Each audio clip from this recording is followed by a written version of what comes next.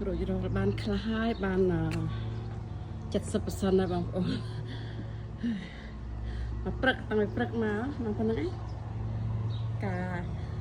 ទៅបីមិនកំចោលការនឹងដែរស្រឡាញ់ខ្លាំងទៅចិត្តដាក់តាំងការនេះខាងបែកនៅបែកយ៉ាត់ខាងក្រោយបងប្អូន ready for summer ready for summer នេះ table នេះត្រូវការលាបថ្មីកន្លែងញ៉ាំឡៃក្បៅអានេះចាំមើលទៅពីផ្កាស្អាតមែនទេណាវហ្នឹងផ្កាវាស្អាតណាស់នេះធ្លាក់មយូលមកនេះស្អីចឹងស្អាតបងប្អូន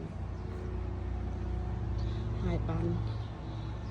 70-80% កន្លែងអង្គុយលេងតលេតលេងអាហ្នឹងអត់មានធ្វើបានហើយច្រើនដែរតា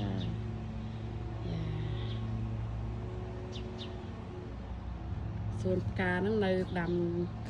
នៅនេះនៅចាក់ដីតន់ហើយនេះនៅ20-30% ទៀតបានហើយ Happy Saturday ទាំងអស់នេះបងប្អូនអ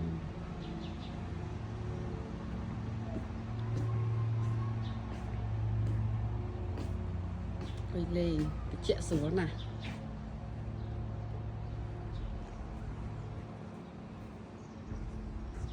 ស្រួលជាសកាមស្អាតស្អា